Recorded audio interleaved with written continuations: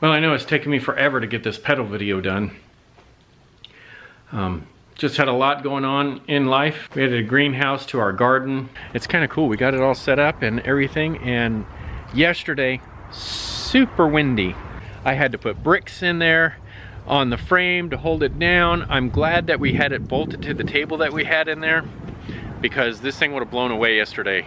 And that's just a recent development for our garden. We've added some more chickens that we raised from eggs. As you know, I did post a video about my friend Veda passing away.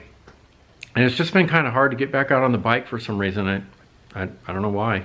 Yeah, anyway, we also had one of my kids got married during that time, and so we've been quite busy doing other things. It's been winter time, so there's not been a whole lot of Friday ELB rides. In fact, I haven't ridden since January 1st, the last time I rode the DF, which is in and of itself kind of depressing.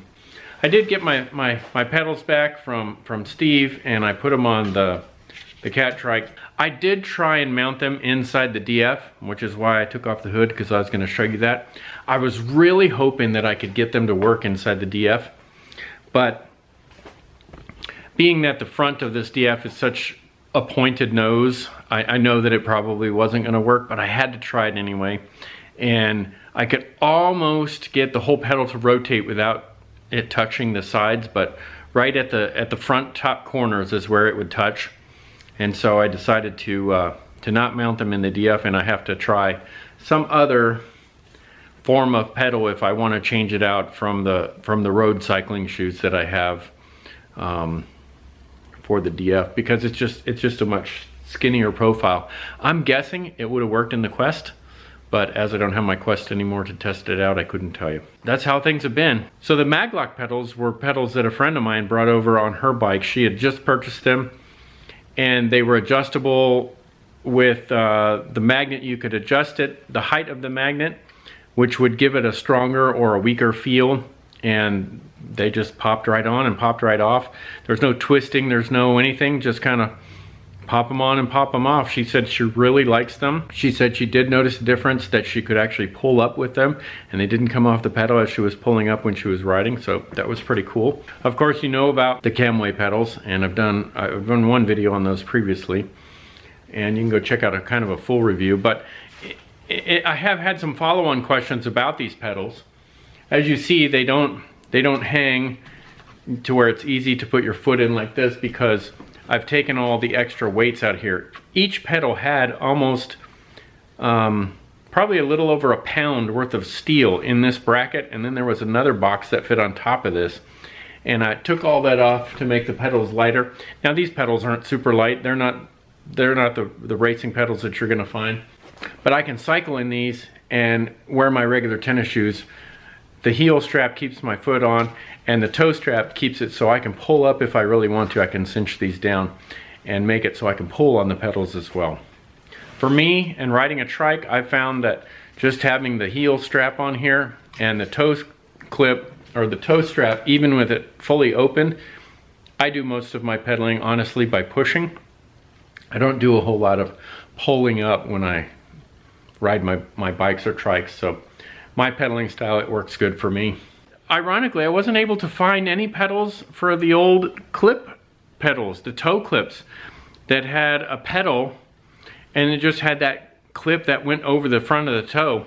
I wasn't able to find any friends who still had some of those. I was kind of amazed, but nobody had any.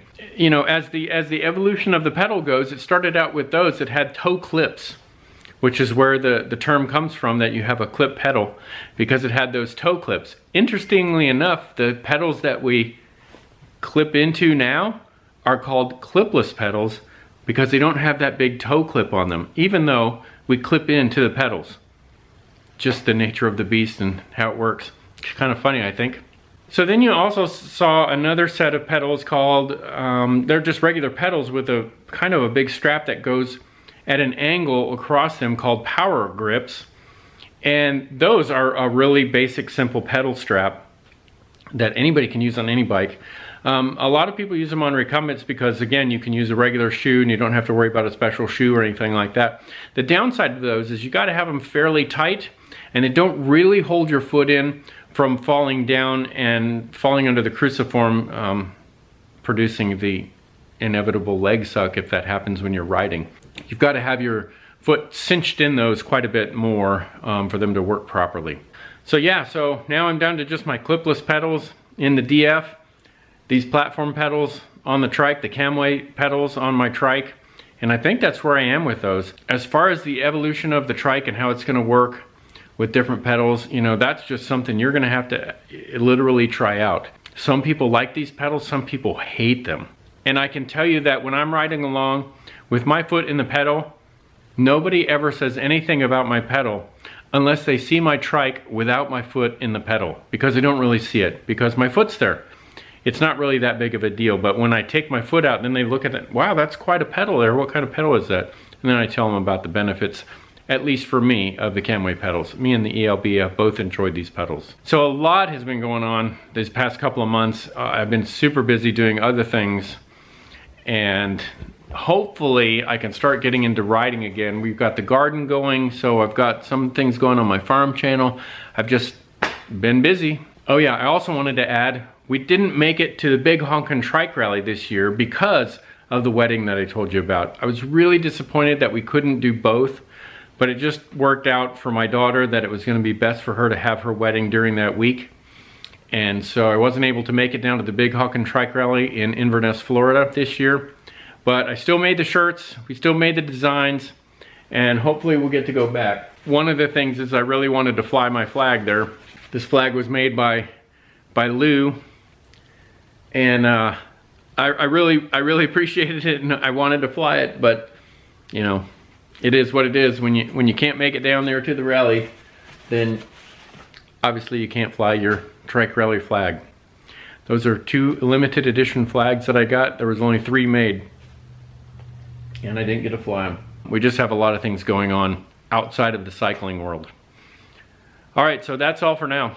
Thanks for watching, and until next time, cheers.